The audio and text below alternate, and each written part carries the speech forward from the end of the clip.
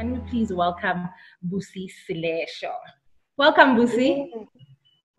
Thank you, Bulele. Thank you so much for inviting me. I'm so pleased. Thank you so much. How are you doing this morning? Oh, you know what? I'm not a winter person, so I really have to put energy in the mornings. 12 o'clock, no longer a morning, so I'm perfect. Yeah, I know, right? But you've written this book that is actually quite interesting. So you've titled it Money and Black People. And you speak about why Black people don't have money and how to heal your money story. Let's speak about the inspiration behind this book. What inspired you to write a book like this? So, and as you can just imagine from this title that it wasn't easy just for me to come out and say that. Yes. It means that it was really something that was important to me to even do that. I mean, I am Black also, and a lot of Black people have really said to me, "Who do you think you are?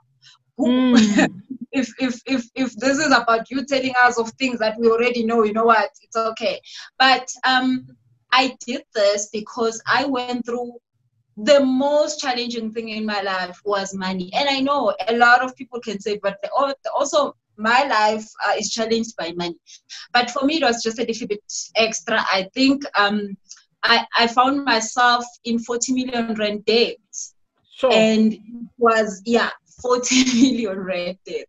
And it wasn't because I bought some LV shoes and went to Paris. It was because I was trying to do something that we all wish to do, start a business, have a legacy. And I had started 6 businesses and got myself into this 40 million rand because obviously we are also taught that you need money to make money. I mean, so many people right now, their one and only excuse that keeps them awake at night is the fact that helps them sleep, actually, is that I don't have money to do this. I don't have money to do the business, so what can I do? Let me not do it. So I also tried, went to the bank and borrowed their money and went on, and 6 businesses later, I got sequestrated because that was just way too much then. And it was the time where I realized that all this time I was going and looking for money, I wasn't allowing money to come to me. So a lot of us wake up every day going and chasing money. And it is exhausting.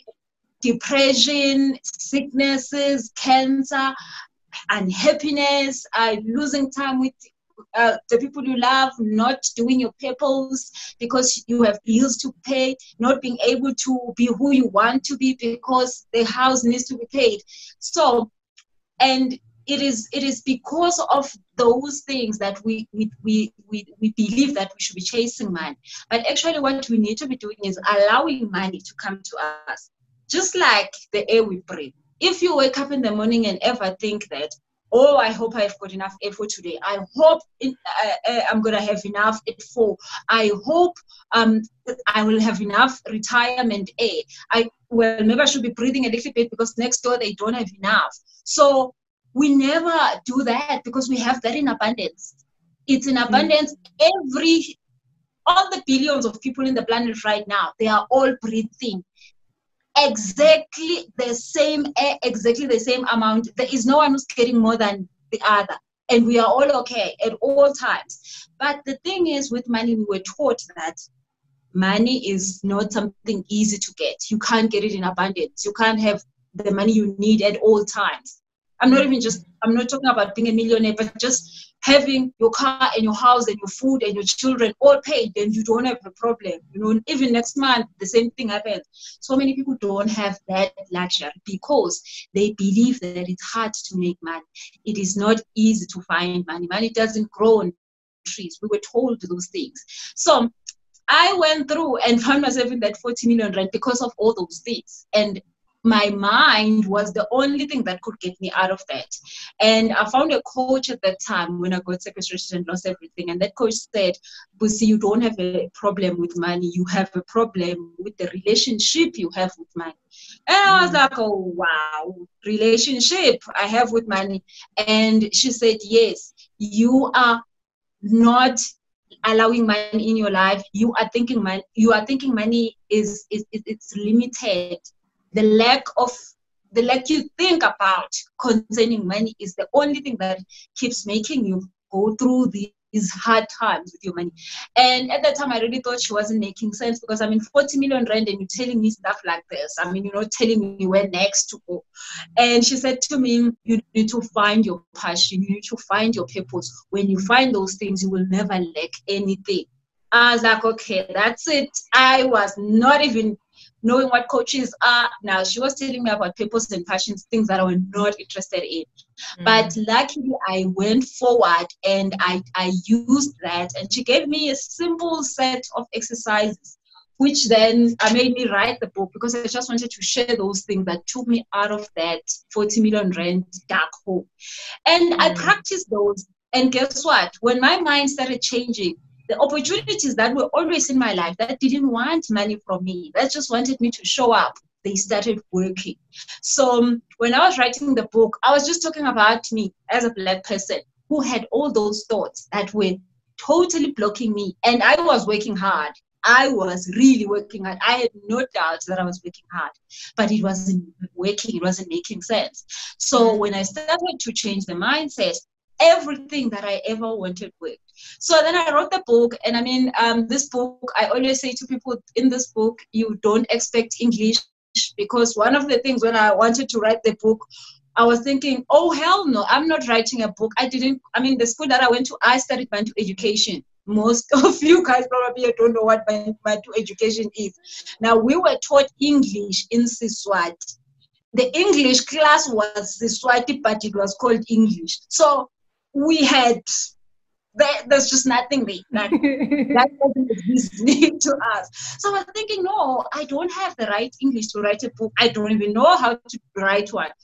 And then, it was like God was just saying, you need to write it. You need to write it. And I couldn't sleep at night. The book literally forced itself out of me. And I wrote it. And I was thinking when I was writing it, okay, fine. I'm just going to write a book for people in Pretoria and Johannesburg who can't come to my talks, who can't come through to a coaching session.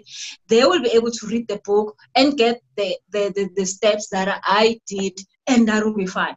Guess what? 2 weeks after they launched the book, I started a YouTube channel, and I was just talking about chapters in the book.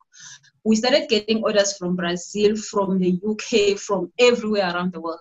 Today, it's almost 3 years, and we sold 12,000 copies. The book is selling every day, and people come back and say, my mindset was the problem. Now I understand why I did not have the money I wanted. It was just my mindset. So I wrote it to share two things. My story of doing everything that I ever wanted without any of the things that I thought I needed. I thought I needed extra education.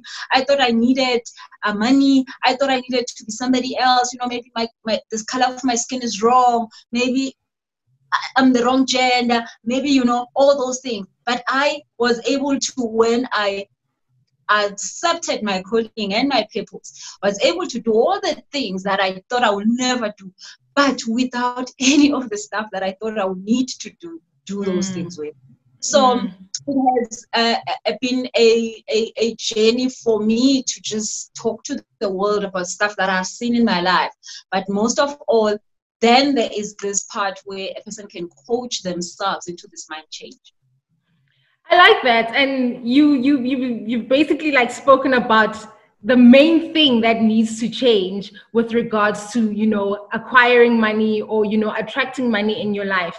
And a person that is going through hardship would often just think, but how do I even start? Where do I even begin? You made the example of, we don't question where the air we're going to breathe is going to come from. We just breathe it, But that's because it's something that we already know. But with money, we grew up in homes that taught us many different things about money. But it's very hard for a person to then get to a point where they're just like, no, man, the money will come into my life. And where do I even begin to change that mindset of this money will come? It exists. It's in abundance. I just need to open myself up to it. How do I open up to it when I'm in a rut, when I am 40 million rands in debt?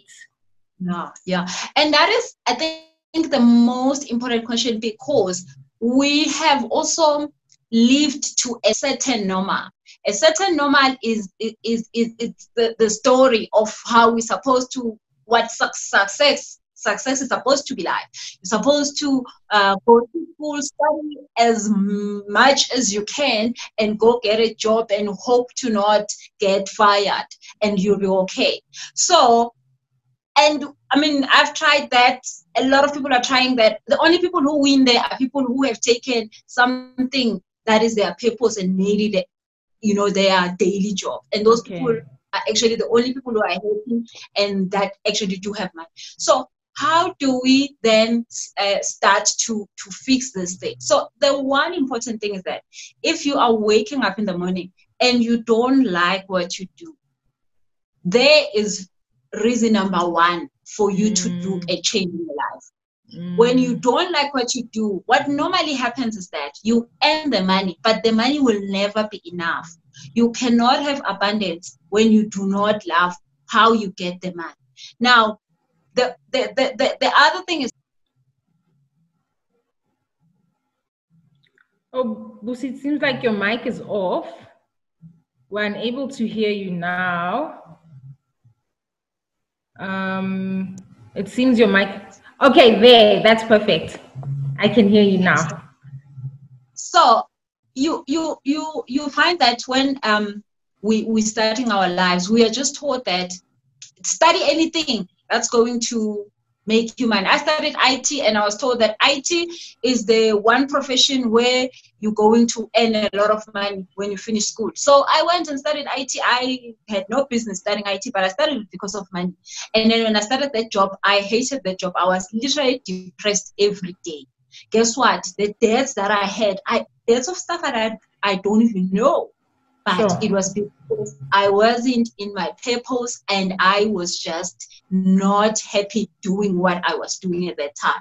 But I was good at it.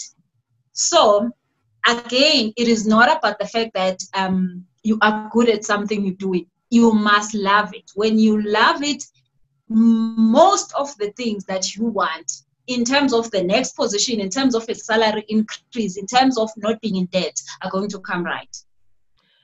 Okay, so let's then switch it a bit, right? So you need to follow your passion, you need to do what you love, follow your purpose.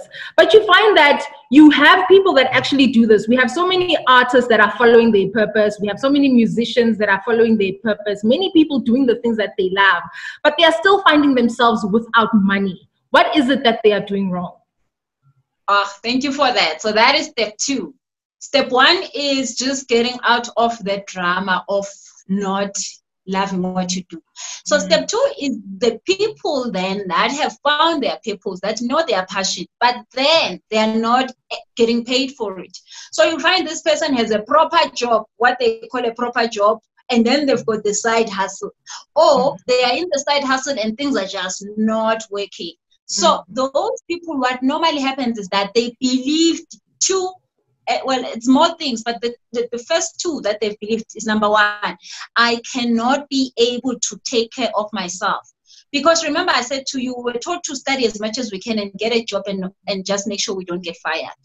So we have been taught to trust what has been called a bastion, to be the one who pays us so that we can take care of ourselves. Now, I coach people that the person, when they're earning 20,000 rand, they're able to pay for their car and for their insurance and for their medical aid. The person goes and starts a business and make 150,000 a month. But because the money doesn't come as one big bundle, it comes in 50 rands and 100 rands and 1,000. This person cannot pay their car in time. They can't pay insurance. They don't know what's going on. But it's not because they don't have money. They're making 150,000 rand a month. But what is happening is that they believe that if the money is made by them, it is not the good money that can take care of them. They need the one from the job. Then they said, the job is my security. The job is my security. Obviously, it's not your security because you can get fired, but that's the thing. You need to make sure you don't get fired. So that is the first thing that people have been taught, that you cannot work for yourself and be able to take care of yourself. When I started to go on business, I mean, I was only about 23, 24. My sisters that were taking care of the time begged me and showed me and proved to me of all the people who left their jobs and went and started a business that have failed. And they told me, business is not for people like us. You're going to fail. Just stay in your job. And I had a good, amazing IT job. But obviously, I couldn't stay. So we were taught that if you are the one so you can find someone who's an engineer, a perfect, amazing engineer. When they are in a firm, they are doing the most amazing things. Wait for them to go and start something on their own. All of a sudden, nothing is happening. So once you start to be the one who's taking care of yourself, things stop. Number two, I said there's more, but I'm just going to speak about two. The second thing is that we have been taught that we cannot make money from the things that makes us joyful. So there you are, you are an actor. There you are, you're a musician. There you are, you know how you are a makeup artist. You know how to design. You can sell whatever that you're selling, and you love it so much. I mean, I speak for a living and do coaching and all those things. It never feels like I'm going to work. So once it feels like that, people stop allowing the money in because it feels like they are robbing God, or I don't know who they are robbing, but because it's not hurtful, it's not struggle, they're like, this is too easy. So people come to me. I mean, I have a school academy that I teach coaches how to be coaches, and they say, now it's too easy. Where's the hard part? When do we get to the hard part? It's too easy, and they totally self-sabotage themselves in every way to getting paid. But that's the same thing that I did when I started this work. I would really refuse to get paid, but I will send an invoice. When I'm saying refuse to get paid, I mean in my subconscious mind. Okay. I will have, for an example, ladies set up an event on a Saturday, and they will have a DJ. They pay the DJ. They will have a deco there. They will pay the person. They will pay for the venue. They will pay for everything. But then they will come to me and be like, Busi, you know what, we really need you to come through to this event and be the speaker, but we don't have a budget for it. Hey, you're paying the DJ. How? Seriously, the DJ that just puts one song after this is getting paid. There's a budget for him, but there's no budget for me. So, and I will be like so obviously angry, like, why? But in my mind, I was thinking, for me to go there, I'm really going there to have fun. It's like I'm going to a playground to enjoy myself. And I was refusing. So I got people who thought a certain way to ask me for things that they believe that they shouldn't be paying me for. So the thing is, when you are trying to not get the money from your gift, you will make sure that you attract all the people who don't have money to pay you, who don't want to pay you, and you keep just working for free. And I mean, I also have clients that are artists, and it's the same story every day. This production doesn't want to pay me. This production doesn't want to pay me. It's the same story. They are refusing the money. And when we start the healing process, all of a sudden, one actor that I worked with, she's best. She's best in South Africa. She's known. She's doing very well. But every time she goes on set, they will give them sets where they sleep in places that are just like, it's so bad. And then when she started to heal all of that for her, she started to get to work with people who would put them in a proper hotel and treat them like human beings, pay them their money in time. And she was like, but what changed? Because, I mean, why now am I finding the right people who appreciate me and who wants to work with me and pay me in time and all this? But then she had changed what she thought, which was, I am worthy to do something I love and get paid for it. So I've got a simple practice with my clients, especially the coaching clients, where I say, when you earn the money from a coaching client or whatever, you take the money, you bring it home, you put it home in your house for 3 days. You thank God to say, but I thank you for the gift you gave me, and I thank you that the gift has given you this money. And you do that until you stop attracting people who don't want to pay you. I mean, people who come to you and be like, oh, can you give us a discount? Oh, can we pay you whenever and whatever? Or we will give you. The other thing that people want to give other people for payment is what? Exposure. We will give you exposure. You know, so you are to find those people when your mentality and your mindset is at a certain space, and you need to heal from those things. Then you automatically start. I mean, today I get people who will tell me, Busi, please come speak to us, but we don't have a budget. We can only afford to pay 50,000 for your talk. And I'm like, okay, now you see that those people they know they can't just tell me they don't have a budget. They must at least give me something because I'm worth a lot. But there was a time where people just totally refused. So the number 2 thing is, when you have found your gift, you have found your purpose, you are not allowing that purpose to take care of you. So you need to start that process of allowing it to take care of you. Then things will go right. I like that. And I get the sense of leaning more towards belief and what you actually believe you are worth, like self-worth, being self-aware as well, in order to attract that money that you deserve, right? So you speak about money consciousness. How different is money consciousness from self-consciousness or self-awareness and Black consciousness as well? Yeah. So money is an energy. Okay. It is not a physical thing like we've been taught. It's a physical thing. It looks like a physical thing because it's got a body. We are not, we are energy, but we have this physical body, and most of us think this is everything.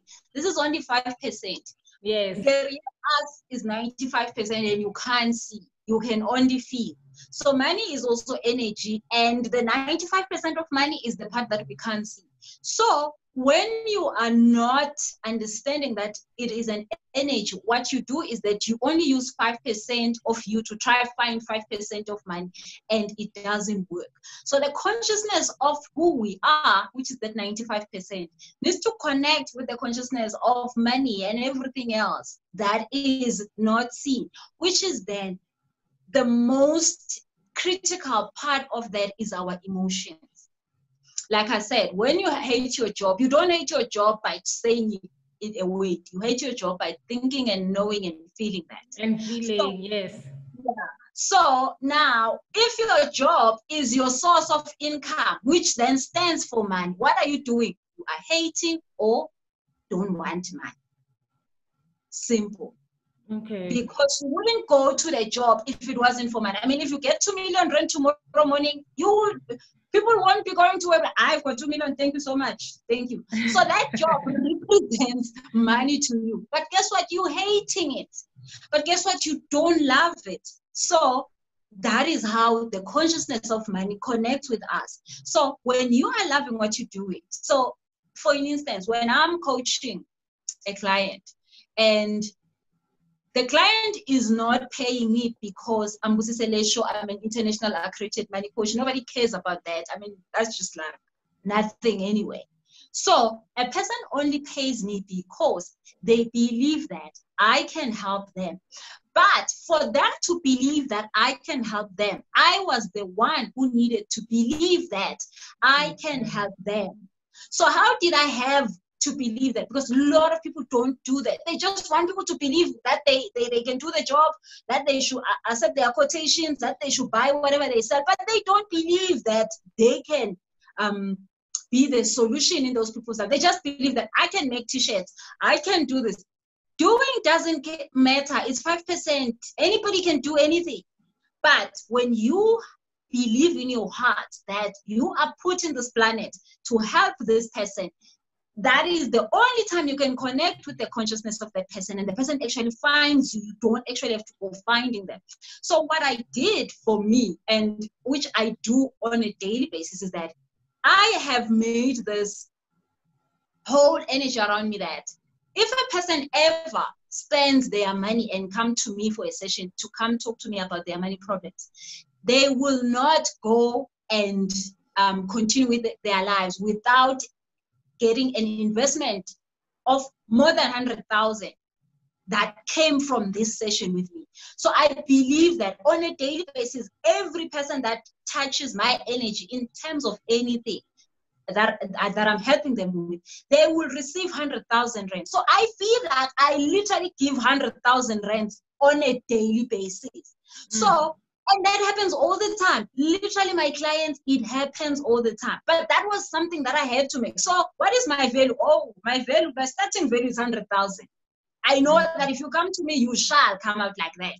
So guess what? A person who wants 20,000 rand will find a person who wants 50,000 rand will find me. So because that is what I know I'm giving, and I'm happily giving, and I meditate on that, and I put my energy to be in that space that I can give that to people. So I have thousands and thousands of clients because everybody needs that. I mean, I literally created a course on Facebook and taught people how to get 100,000 rand, 100,000 in 30 days. And a lot of people who have gone through with that course each and every day, they come out with it in the end, they can't believe it.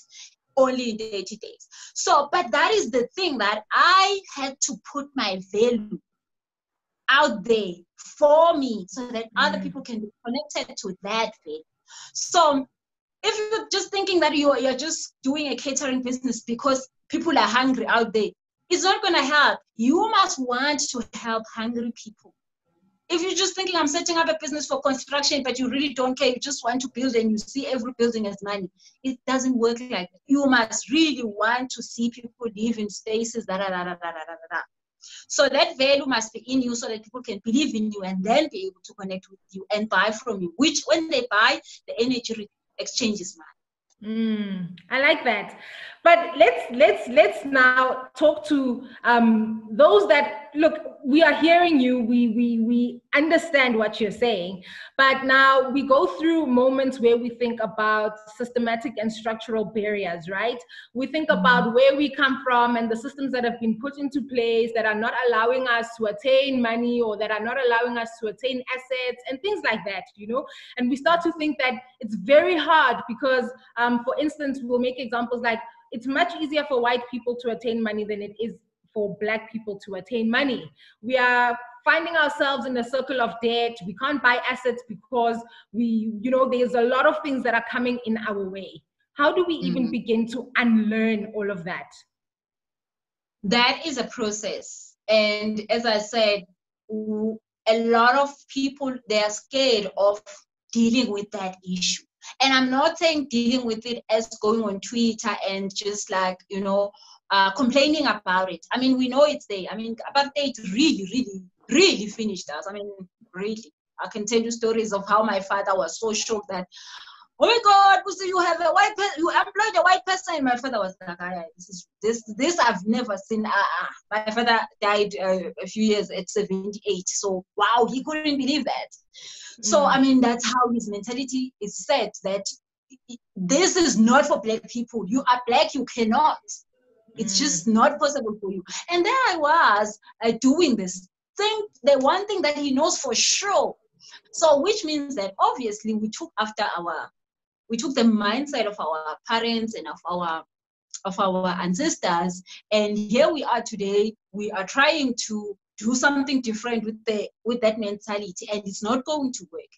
And the thing is that I don't think white people need to come and give us something, because they can give us, I mean, there was a joke the other day that if we got the land back, we would probably sell it back. So, and then like 5 years later, we're like, hey, the money is gone. We need the land again.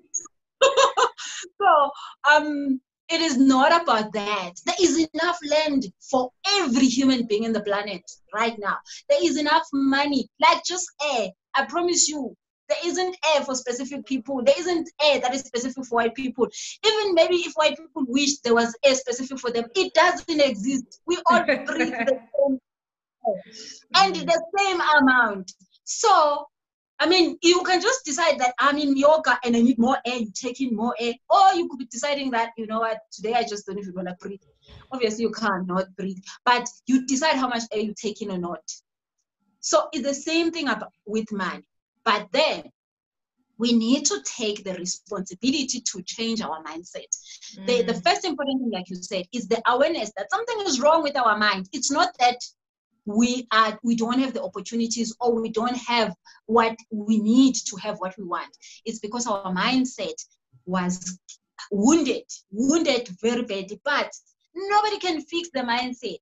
Nobody but yourself. So you need to wake up one day and finally say, what am I doing about my mindset? Can I continue just saying it's the apartheid, is this. There's nothing you can do. You can't change the hands of times. You can't go back there and stop apartheid from happening. So what you can do is sit down and talk to you about your issue or problem with your mindset. And like I said, thank goodness, the good news is that you can change your mindset. There is so many tools out there. Hence, I was so lucky to find somebody who showed me this.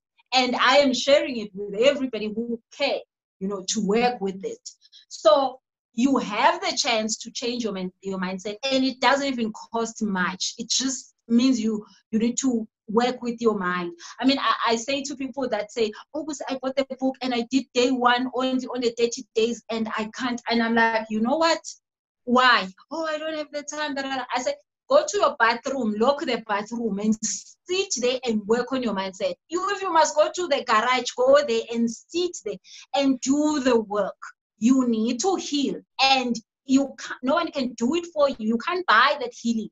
It must be something you're doing. So we need to just understand that we need to take responsibility for our own minds and fix them. That's the only way out of this. Is this then something that needs to be done on a daily basis, or is it something that you can do once you get it right, you don't have to continue? I wish it was a once-off thing. Unfortunately, it is not a one-day thing. And you know why it's not a one-day thing? It is because God wants us to have everything that He ever put in place for us. So, I mean, the Bible and so many other spiritual texts says that God gave us everything we need before we were even in our mother's wombs, which means any other thing you will ever wish to have, you already have got it. Yes. So the only thing is for you to take it, and you can't take it if you don't have the right mindset. But then again, we come to the place where God will say to you, you are ready for a test. And you're thinking, a test is big, God. Oh my goodness. And then you start by saying, a test, maybe I can't afford it, maybe let me wait. But then 3 months later, finally something convinces you, and then you go for the test. And then after 7-8 months, finally you have your test, and you're so happy. But guess what? 2 years down the line, God comes back and says, now you need a Mercedes-Benz. And you're like, God, no, I can't do that. It's too big, my salary, look at it. And then you get convinced again, and then you go for it. So the thing is that God is always going to be putting something in your heart. You're always going to have a desire, and then those desires are not yours. People think that, oh, Busi, I'm in debt because I'm Tandizind. That mind that you have is not your own. The stuff that gets in there, you do not. I mean, you can remember when 10 years back, you did not want the things you want today. You wanted to set. And the things you want today were always here. Why didn't you want them? If Pella, you turn this into other words, it's under there. No, when do you need what? And God always says in your heart. I mean, it's like when you want something, your heart is always thinking about it, and then you see it everywhere. And then God is like, and then when you're like, oh man, please, I can't, I don't have the what, I don't have to come up with all the list. So God is always going to be putting something new in your heart. And guess what? Every time He puts something, it's not going to be smaller than the last one. It's only going to be bigger. I mean, I've got an online course where I teach people how to get out of debt. And I never say to them, go sell the house, go return the car. No, we don't do that. We don't tighten belts that are already tight. We don't want to die. What we do is, if you have 20,000 rand and you need 25,000 rand to afford the car and the house and whatever you need, we make sure that now you earn 40,000 rand so that you can pay 25,000 rand and be fine, right? So people are scared of leveling up. People are freak out when you tell them about leveling up because they don't want to do the work of leveling up, which means that is the thing that you can't get it done in one day. Every day, God is going to put something new in your plate, something bigger that needs you to go and push your mind further. Go and push your mind further. And it's not nice. I know, guys. It is not nice. I mean, like I said, this book has 30 days. And people get to day 3 and they're like, oh, this is painful. This is way too painful. My emotions are not ready for this. I can't. Seriously, and you won't die. I promise you, 30 days later, you will be a better person. So, but we are so scared of doing that. We are so wanting to be comfortable all the time. So, it doesn't end because God will never stop giving you one more amazing thing on top of the other. So, you will have to continue to do that. I like that. But let's talk about money habits, right? So earlier on when we started off the conversation, you were speaking about how, we get into jobs, we don't like the jobs, our emotions already, show us how we feel about the jobs. But you find that, okay, I've got this job, I've got a side hustle, I'm investing my money, I'm saving my money, I'm finding ways to grow my money, but I'm still finding myself at a consistent level. I'm not leveling up. I'm not, attracting more money, but here I have so many savings. I have investment accounts that are going to pay me out if I request a payout, or that pay me out in dividends, or whatever the case might be. What kind of money habits do we then need to start associating ourselves with to get to a point where we're just opening the doors for abundance to flow in our lives, or the abundance of money to flow in our lives? Yeah. So, and I always say I'm not a financial coach. I'm a money coach. I don't tell people how to save because all the people I know don't have money to save. So what's the point of telling people to save when they don't have money to save? Then I have no job. So, and a lot of us were taught also that you must save. I mean, everybody that doesn't have savings, they think that they can't manage money. And if you think that you can't manage money, guess what? Money does not want to come in and be with you. I mean, you can't tell me that you have somebody you love, but you never give them attention or just know a little bit about them. So if you are to understand money, you must spend some time wanting to know about it. So we are then thinking saving is the thing that when I'm doing this, I'm proving to money that I'm okay, while you actually not. And normally what happens is that you find a person saving. They save for 12 months and maybe they want to, maybe, I don't know, do something in December with their money. November, someone decides to die. That whole money is gone. It doesn't do the thing that they wanted to do. Oh, the tires burst. Oh, something happens. And that money is gone. Because you actually, I mean, one of the other things that I always just say, I don't think it's a good idea, saying that you are creating or you are saving your money in an emergency fund. Now, if you have an emergency fund, it means that you are expecting emergencies. Yes. And not have any problems when the emergencies arrive, because guess what? You are ready for them. So, I mean, unless you really need emergencies, I don't think anybody needs to get sick or have a fridge that does not work or anything like that. So what I do with my life, in my life, I do this. I take every money that I wasn't expecting, extra money or money that was left off on the budget. I put it in an account where I say, this is our freedom account, which means that whatever money that is there, we can use it to have more freedom in our lives. If we want to go on holiday, we can use that money. If we are not putting money away for tires that are bursting, and I've never had a tire burst in my whole entire life. I don't know how that works like. So, but I just don't need that. I don't know. Like, I'm not about to have an emergency fund because I don't need no emergencies in my life. So, but then the best way of even saving that I've seen that I practice. I mean, this is literally just what I practice. If I put money just for the sake of saving it, it normally finds its way somewhere where I didn't want it to go. And those things are not important in my life, but they just happen anyway. But when I normally save to buy an asset or to buy something that will make me money, that always works.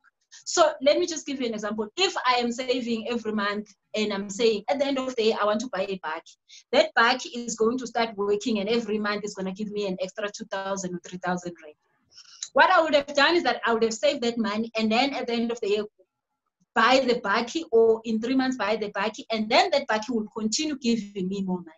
So right now, today, you check my bank account. I don't have money sitting there waiting to be, money that I'm saving. Every money that I make, I go and buy assets. So maybe you could buy a camera, then you use that camera to take pictures, and then that is money. Or you go and you buy shares with that money.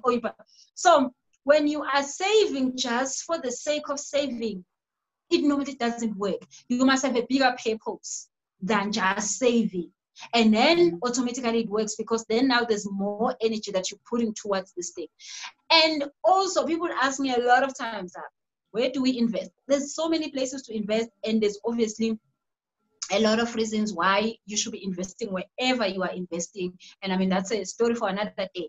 But the one important investment that always pays you back 20, 100,000 times, I don't even know if there's such a thing, is when you're investing in yourself.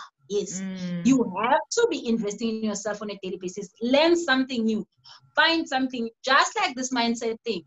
You need to invest time, energy, some of your money in finding that next level of your mindset so that things can go right. So, but we are trying to just go with the flow that the world says we must do, but we are not asking ourselves, this thing has not been working for so long. Why am I still doing this? Why am I still trying to do this thing that I've seen? Me, it doesn't work on me. Other people in this world, it doesn't work on them also. So why am I continuing doing it? So yeah, saving is not just about saving. There must be a bigger purpose to save. Busi, it's been such a pleasure having you with us. From the comments, I see that a lot of people have taken something from this conversation that we have had, and that's what's very important. Thank you so much for giving us your time, and we look forward to people's lives being changed from reading your book. Thank you so much. Thank you. Thank you for inviting me. Oh, thank you. All right, so I'll pass over to Zaz, who will close off for us, and then we can go about the rest of our day. This is quite an interesting conversation. Very beautiful, nicely articulated, very impactful, insightful, and empowering. Thank you so much, Busi, for those kind words. Like I said, my name is Zaz Molo. I am from the Speakers Firm. We are one of the largest talent firms that represents the number of authors, keynote speakers, and MCs for any event that you would like to have. And this collaboration and partnership that we've been having with University of Johannesburg Library has been quite a phenomenal one. We've had quite a number of people that come and speak on these platforms, and that for me has been quite amazing. And to be able to do, especially now during the COVID-19 lockdown, and having found ourselves on these digital platforms, where we're saying that as the UJ Library and Speakers Firm, that it doesn't matter what the circumstances are, we will still find ways and means to be able to have these conversations. Look at us now, we are live on Facebook and we're still having conversations on Zoom on a weekly basis, just as to say to the people that, you know, we may be locked down, we may be on a lockdown, but the conversations are still going on. So this has been quite a pleasure. Thank you, Bulele, for handling that one. You've done it again, yet again, with such panache and such grace. It has been beautiful. And thank you so much. We really, really appreciate you. And thank you, Busi, for affording us an opportunity to pick your brains and to have this amazing conversation. It's been great. To everybody that are seated on other digital platforms, that would be your Facebook or YouTube, it was great. We love you. Join us again tomorrow and many other days following next week or so. We're still going to be continuing having conversations on this platform. Thank you, everybody. The University of Johannesburg, the future reimagined.